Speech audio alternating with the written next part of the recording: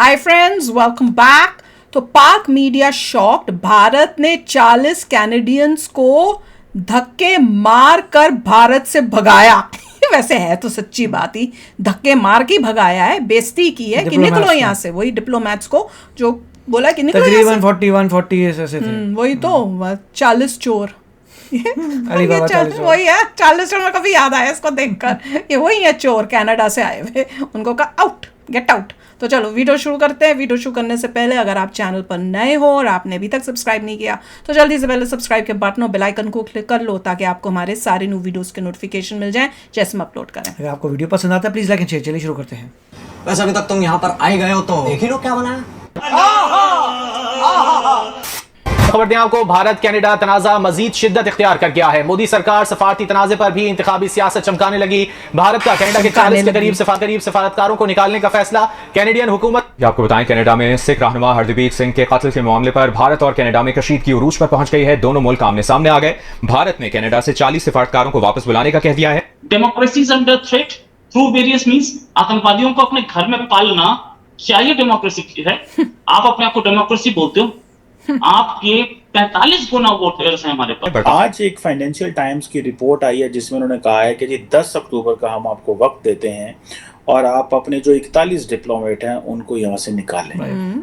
ये बहुत बड़ी डेमोक्रेटिक वे में उन्होंने बात किया कि भाई कनाडा सॉरी करे। क्या कहना चाहेंगे कि दुनिया के बड़े कंट्रीज जो उनसे हैं वो इंडिया के साथ खड़े हैं और कनाडा इस टाइम परेशानी के आलम में नजर। इंडिया ने कनाडा को ये धमकी दी है, ये थ्रेट किया है या ये कहा है कि अपने 41 डिप्लोमेट्स को रिपैट्रिएट करो। यानी इंडिया ने फैसला किया है कि कनाडा के 40 से ज़्यादा डिप्लोमेट्स को किक आउट कर दिया जाए। क्योंकि इंडिया की जितनी बड़ी माशियत है और जितना उनका आबादी का तनासब है, कोई भी कंट्री जो है अपना उसके साथ बिजनेस खराब नहीं करना चाहिए। अब अभी जो टाइम है ना वो जस्टिन ट्रूडो के पास वो पीछे हटने का नहीं है। अभी जस्टिन ट्रूडो के पास टाइम ये है दैट अगर वो असर्ट नहीं करते तो he will be very weak prime minister. बड़ा चालू अगर वो भी खामोश रहते हैं।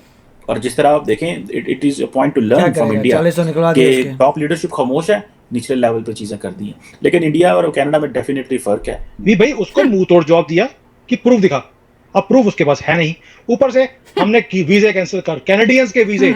कभी ये अपने सपने में सोच नहीं सकते थे कि हम एक डेवलप्ड कंट्री, कनाडा वाले सोचते हैं अपने आप को एक डेवलपिंग कंट्री, हमारे कंट्री का कि ये इंडिया की विन विन पोजीशन है। अच्छा, इंडिया की एक ऐसी सिचुएशन है कि जिसमें एक बड़ी जंग हमने देखी इंडिया और कनाडा के बीच, जो कि अल्फाज की जंग थी, डिप्लोमेटिक आप कह सकते हैं इसको। अब इस इंडिया के इस स्टेप से, इस स्टेटमेंट से ये नजर आ रहा है कि ये इंडिया ये जंग जीत गया। ये जितनी भी हम लफ्ज बोलते हैं ना, ये जो ग्रेट पावर्स, ठीक है जी, ये जो 4-5 हम नाम लेते हैं जी, ठीक है जी, इनमें से अमेरिका ने भी साथ नहीं दिया, जर्मनी ने भी नहीं दिया, चाइना ने तो वैसे नहीं देना था, जापान खामोश रहा। इनको लग रहा है कि भैया जब कनाडा को नहीं छोड़ा तो हम जैसे नहीं, मैं कह रही हूँ उनको ये है कि कनाडा को नहीं छोड़ा तो पाकिस्तान को कहाँ इंडिया छोड़ेगा। ये है कि ये एक बहुत बहुत बहुत बड़ी जो है ना वो डेवलपमेंट है। 62 डिप्लोमेट्स हैं इंडिया के अंदर, कनाडा के।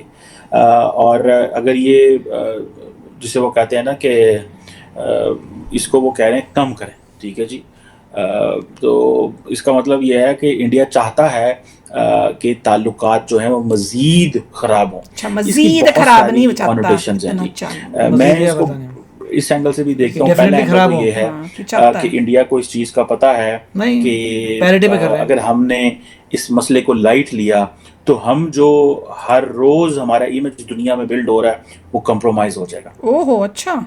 अगर इंडिया को दुनिया समझ रही है कि इंडिया एक इमर्जिंग पावर है तो यहाँ पे आपको कनाडा को जो कर रहा है उसे पता लगेगा, पहली बात। दूसरी बात ये है कि उन्होंने पिछले कुछ अर्से में एक चीज तो ये की है कि नरेंद्र मोदी इस पे बात नहीं करते।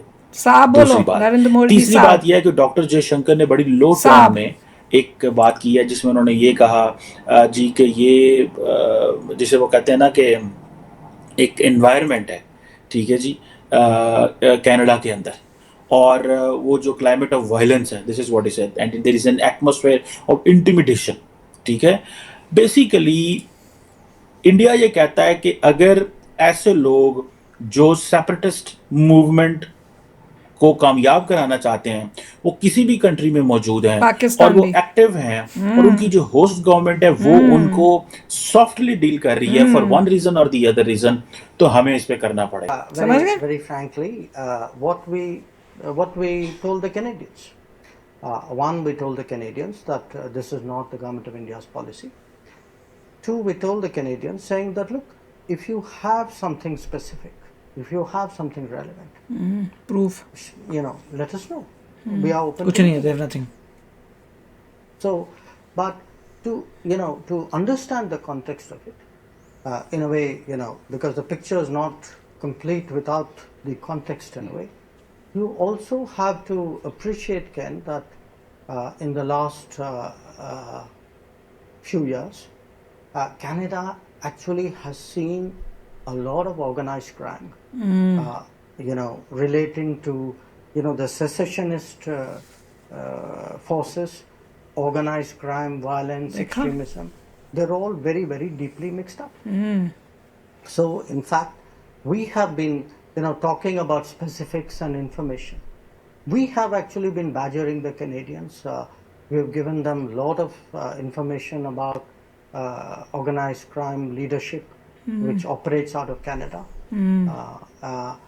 There are a large number of extradition requests. There are terrorist leaders who have been identified. So do understand that there is an environment out there.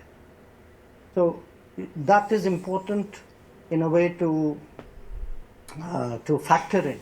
If you have to understand what is going on out there, and our concern is that it's really been very permissive because of political reasons. So we have a situation where actually our diplomats are threatened, our consulates have been attacked, and often comments are made about there's interference in our politics, and a lot of this is often justified as saying, well, that's how democracies work.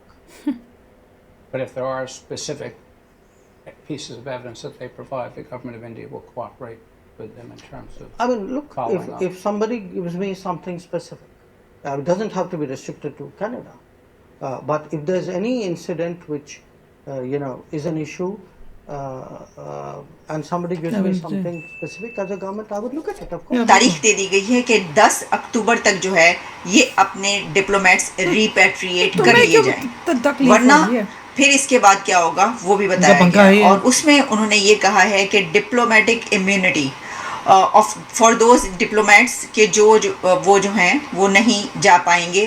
वो बहरहाल जो होगा बाद में हम उसके पर बात किए लेंगे, लेकिन इस वक्त की डिटेल जो हमें डिटेल्स आ रही हैं वो ऐसे ही है कि India tells Canada to withdraw 40 diplomats, sets deadline and warning. ये एक तरीके से वार्निंग है ना, वार्न किया है उसने, इंडिया ने, कि जनाब ये सूरत हाल है और निकाल लीजिए आप अपने उसको।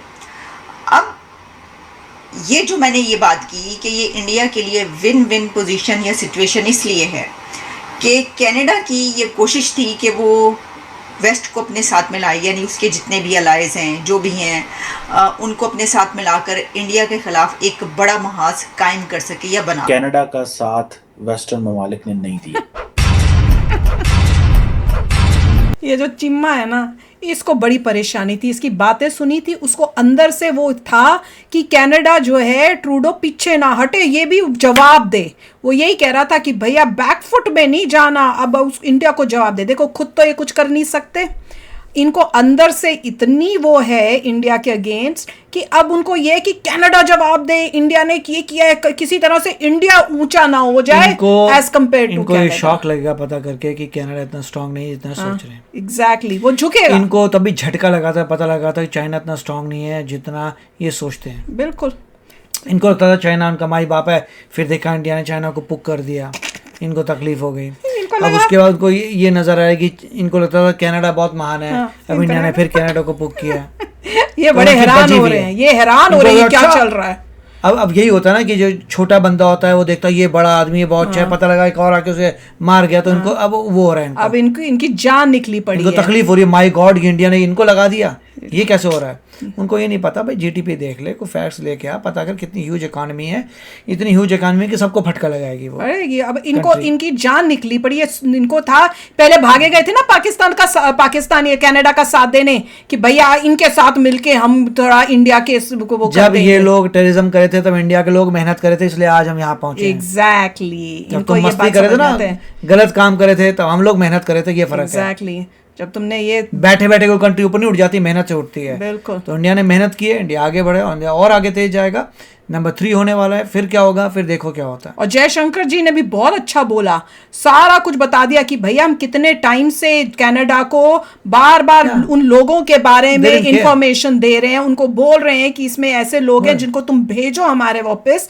इन्होंने बिल्कुल परवाह नहीं की। उन्होंने पूरे सारे अब उनका रवैया चेंज होगा। अब ये एक अच्छा मैसेज गया पूरे वर्ल्ड में कि लड़ो, आओ, भिड़ो तो तुम मरोगे, क्योंकि इकोनॉमी देख के चलो। अब कोई इंडिया से भिड़ेगा जो मेहनत करता है उसको बखेड़ा मत करो, जो कंट्री मेहनत कर रही है उसमें अड़ंगे मत डालो, क्योंकि हम तो मेहनत से आगे निकल जाएंगे। बिल्कुल। और ये पाकिस्तान की और फटेगी ये देख के कि इंडिया इतना ताकतवर हो गया, इतना पावरफुल कि कनाडा जैसी जो कंट्री है उसको भी कुछ नहीं समझता। हमारे लिए तो कनाडा कुछ भी नहीं है। समझ में आएगी ना, हमारे लिए कोई नहीं है।